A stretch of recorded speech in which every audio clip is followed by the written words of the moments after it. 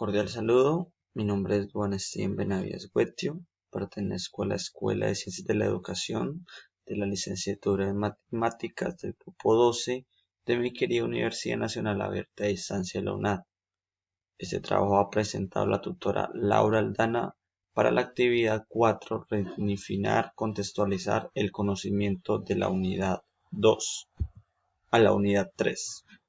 Bueno, como a modo de introducción, este trabajo presenta diferentes enfoques de tipo experimental, enfocado en los diseños de investigación, desarrollado en estrategias cognitivas, donde se da un contexto de manera general en tres momentos.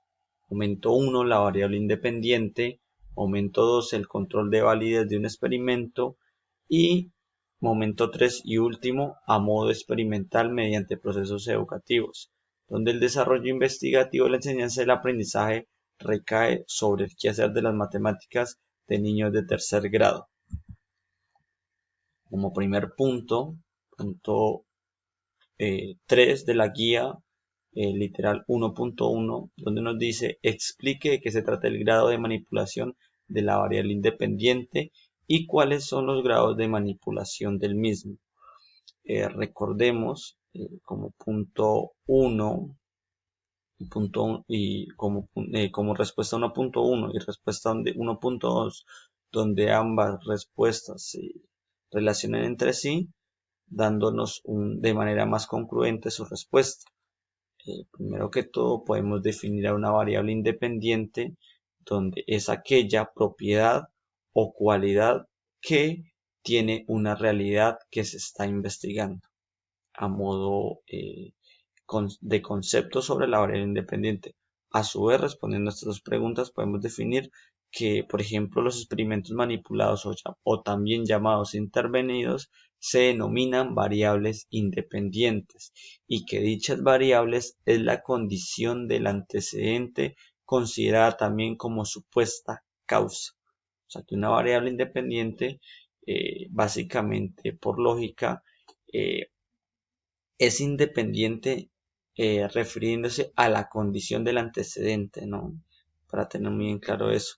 Y regido por experimentos, ¿sí? Por ejemplo, estos experimentos contemplan tres requisitos que obviamente que sean antecedentes a la dependiente. ¿Sí? Recordemos que pues en un proceso de experimental se deben tener en cuenta muy presente tanto la variable independiente como la variable dependiente y que estas variables se puedan medir y se puedan controlarse entre sí. Ya un poco en la respuesta 1.2 es los grados de manipulación que se pueden expresar en dos o más magnitudes, las cuales tenemos niveles mínimos de manipulación de ausencia de la variable independiente en el grado de manipulación comprendido a un grupo en el experimento.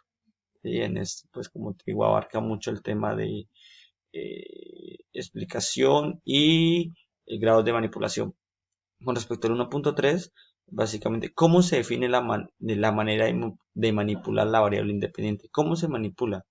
¿Sí? ¿O cómo se define? Básicamente lo que trata la respuesta del 1.3 es que para manipular una variable independiente es necesario entender el experimento por esa variable.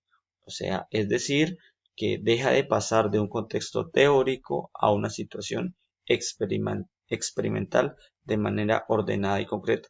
Y ya para terminar este punto se puede decir o como nota que la variable dependiente no se manipula, solo se mide para el efecto de la manipulación de la variable independiente.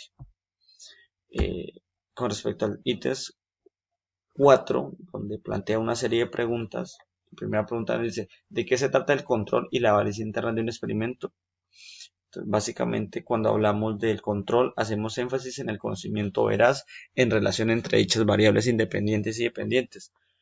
Todo esto para adquirir resultados y se relaciona mucho con la validez interna, dado que se busca la calidad del mismo. Podemos definir que en teoría se puede definir que las respectivas mediciones de las variables dependientes son confiables y prometedoras en los resultados que se busca obtener. con conocimientos claros y definidos de dichas variables, determinadas en el grado de confiabilidad en el experimento. Con respecto a la pregunta 1.2, ¿cómo se alcanza el control del experimento? Básicamente el control en un experimento se alcanza en el grado de la confiabilidad de la validez interna, a través del control que claramente mide la fiabilidad de los resultados. Todo esto en comparación entre mínimo dos grupos, y esos dos grupos deben ser de manera equitativa en todo sentido. Con respecto a la pregunta 1.3, ¿cuál es la función de la validez externa en un experimento? Básicamente su función primordial de la validez externa es generalizar los resultados de un experimento, ya sea poblaciones, lugares, sujetos o experimentadores, etc. Esta validez hace énfasis en una pregunta inicial. La validez interna hace énfasis en una pregunta inicial a determinado experimento. Ya por el contrario, la validez externa dirige la pregunta más amplia, más generalizada, para que lo tengamos muy en cuenta. Respecto a la pregunta número 4, ¿cuándo un experimento tiene validez externa y cómo se logra el control de la validez externa? Básicamente, para responder a esa pregunta de forma muy general, donde explico básicamente que todo diseño experimental tiene tanto validez interna como validez externa, ¿sí? Estas dos valideces no son compatibles en el grado de confiabilidad de resultados, dado que es decir que, por ejemplo, la validez interna limita a gran medida a la validez externa. Pero ¿cómo entender o cómo la validez externa se parte en un experimento? Esto se da dado que los resultados de, de las ciencias humanas, por su característica, es de generalizar todos los resultados en el campo de la complejidad humana. Y al generalizar todos los resultados, no permite un rigor lógico posible a las respuestas. Esto quiere decir que la validez interna, ¿sí? Promueve o constituye o estructuraliza unos niveles de resultados más concretos, pero esos niveles de resultados más concretos a su vez necesitan de contribuciones de la validez externa, por lo cual a modo de relación, las dos en algún punto se deben tener muy en cuenta para sustentar las respuestas lógicas, claras y concretas que se puede dar en un resultado de experimentación, de una investigación, claro.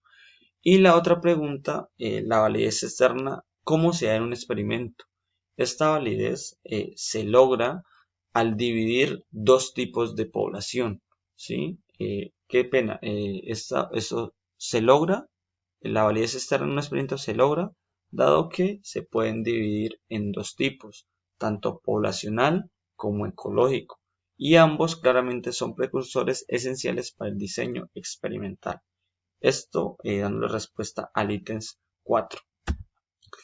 Ya como ítems número 5, donde básicamente eh, nos pide que en el marco de la enseñanza del aprendizaje y la evaluación de las matemáticas seleccione una serie de variables tanto independientes como dependientes y piense cómo usted manipularía en situaciones experimentales.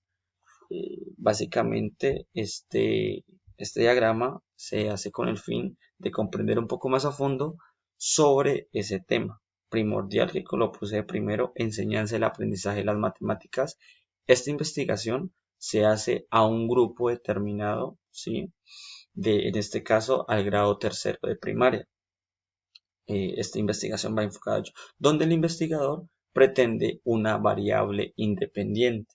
¿Y cuál es esa variable independiente? Pues es el método que el investigador o el docente quiere transmitir a ese grado con el fin de que ya terminado el experimento arroje unos resultados claros y congruentes con lo que respecto se quiere. En este caso, la variable independiente se hace con el método de Singapur para la enseñanza y aprendizaje de las matemáticas en los niños de grado tercero. En esta variable independiente se toman en cuenta dos grupos. Estos dos grupos son iguales en todo sentido, la misma cantidad, las mismas digámoslo así, conocimientos, los mismos compañeros, ¿sí? Entonces por eso decimos que es igual en todo sentido estos dos grupos, el grupo número 1 y el grupo número 2. Entonces pues al primer grupo se le aplica el método Singapur y al segundo grupo no se le aplica el método Singapur. ¿Sí? Esto con el tema de la observacionalidad y la investigación. La observación en la enseñanza y el aprendizaje de las matemáticas con respecto al grado de tercero de primaria y la investigación con respecto a las variables independientes. ¿Sí? En los grupos 1 y grupo 2, donde al grupo 1 se le aplica el método Singapur para que de algún modo generalicen y donde en el método Singapur el niño es el centro de la investigación para que desarrolle sus criterios críticos, su manera de pensar de manera cognitiva, donde pueda generalizar el tema de las matemáticas. Mientras que el grupo número 2 no se le aplica este método y trabajaría con el método tradicional, que pues en gran medida en pleno siglo XXI pues no es muy recomendable que digamos.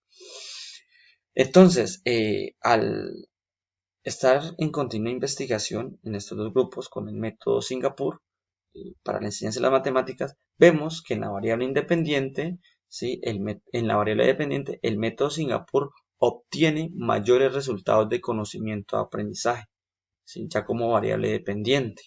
Esto quiere decir que si la hipótesis es correcta, y es cierto que el método Singapur incrementa el desarrollo del conocimiento de las matemáticas, el grupo número 1 tendrá mayor rendimiento con respecto a las matemáticas que el grupo número 2. Básicamente, en teoría y a modo de conclusión o como informe final, podemos fundamentar que en este experimento que se hace, el investigador puede definir que sí se obtiene mayores resultados en las matemáticas con respecto al desarrollo y comprensión de las mismas. Todo esto enfocado en el método Singapur y en la variable independiente. Listo. A modo general, como referencias bibliográficas tenemos a Roca 2020, a Pérez Quintana 2012 y a Diseño e Investigación en Educación 2012. Gracias y pues espero que esta explicación sea de tu total agrado y que a gran medida ayude a construir estos procesos vivenciales que se viven en la universidad con el curso Diseño de Proyectos de Investigación. Gracias.